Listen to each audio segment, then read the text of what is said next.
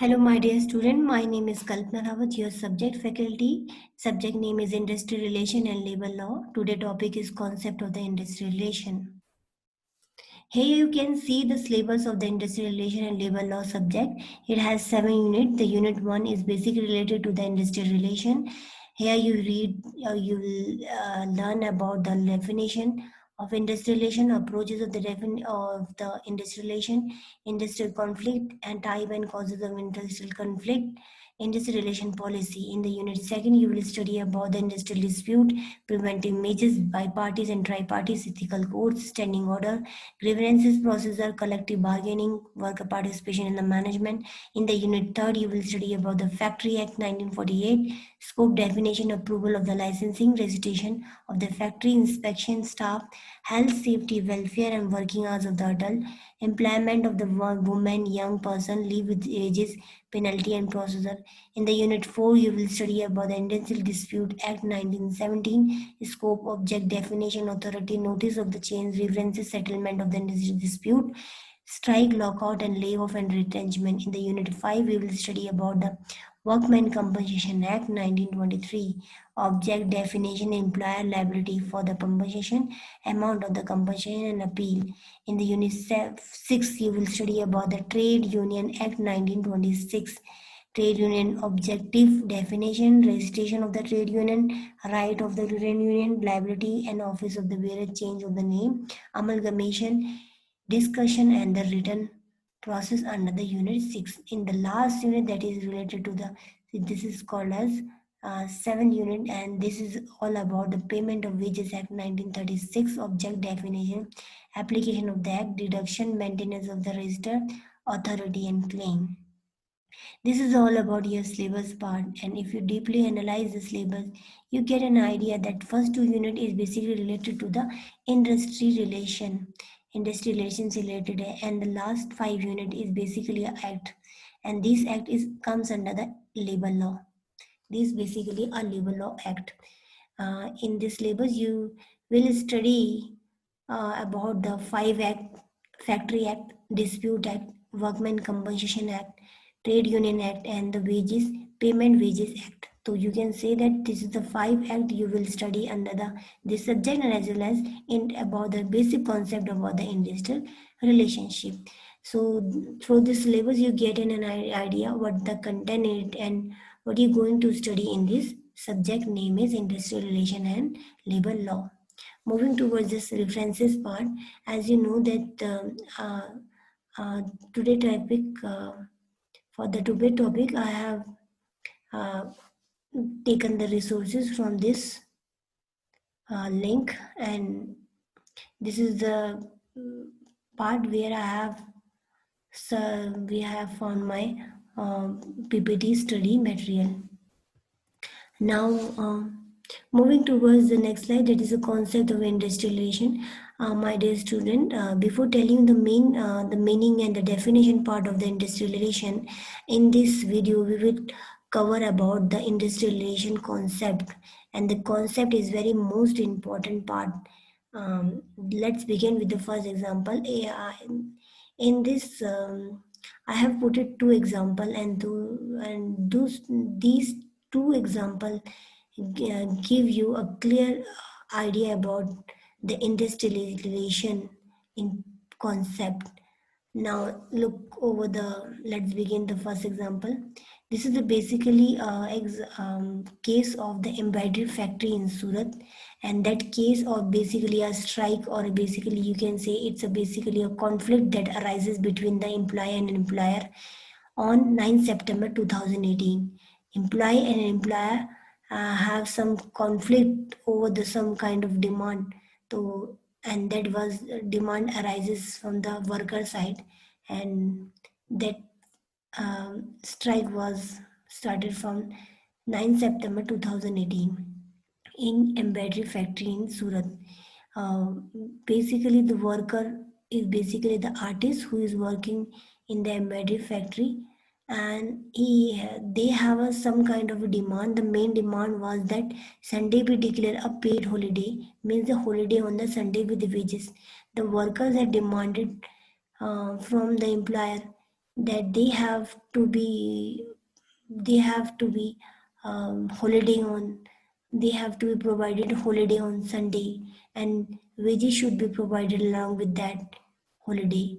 So this kind of a basic demand that the worker wanted, and this demand is not fulfilled by the employer side. And in order to fulfill their demand, the worker or the artisan or the employee finally have resorted some kind of a strike and violence so that their demand will be fulfilled by the employer. So this is the basic main reason of the strike कि Sunday be declared a paid holiday. But there are another demand of the worker too. Like they want a shift will be of 8 hours. They want shift will be of at least minimum should be the maximum should be of 8 hours and should not be more than that. If the working hours is more than the 8 hours, then they should be incentivized for the extra working hours. So they want that extra payment will be provided for the extra kind of work. This is the another demand that the worker of the embroidery factory have put forward towards the employer. This is the all about the case that was in embroidery factory in Surat. Now moving towards the next case, that is a businessman Sabji Bhai Dolakia. This is the second case, and this is the case where you can see that yeah, the Sabji Bhai Dolakia is also from the Surat, and he is a businessman, and he is a businessman and the owner of the company Hare Krishna Exporter. This company is basically traded in diamond and textile, and he is the person who always in the news. He recently, if you look over the uh, newspaper, and if you search out the name of the Sabji Bhai Dolakia, you always found that he always in the news for gifted flat cars bonus to his employee as per the performance of the employee. He not only providing the flat car but also um, incentivize their worker for the extra work. They incentivize or appraise the worker for their performance. It means the Sabji Bhai Doleki is a person or the businessman who is not only concerned about their own factory, but they also concerned about their employee too. He is a person who consider his employee as a partner of the company, not just an employee. So now you can suppose that what the circumstances, what the exactly condition in the both company in the example 1 and example 2. Now look over the comparison where the worker want to work with and perform better. I have given you two examples, that example 1 and example 2. Example 1 is basically embroidery factory in Surat, and the example 2 is related to the businessman Sabji Bhai Dholakia. Here you can you can do a comparison between two, example 1 example 2, and you can get an idea exactly the way the worker want to work with and perform better.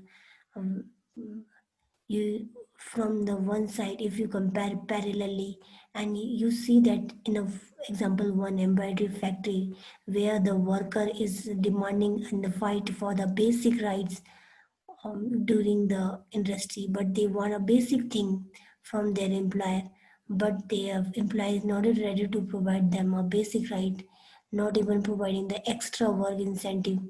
They're not ready to give them a paid holiday on Sunday. That is a basic right of the worker. So this is the condition that is a basically conflict reason of the main conflict between the employer and employee. Now you can suppose that in that circumstances in a battery factory, yes, of course, later on the conciliation process was started and the demand of the worker accepted by the employer side after the few days. But due to this dispute, can you suppose that who can be a benefiter?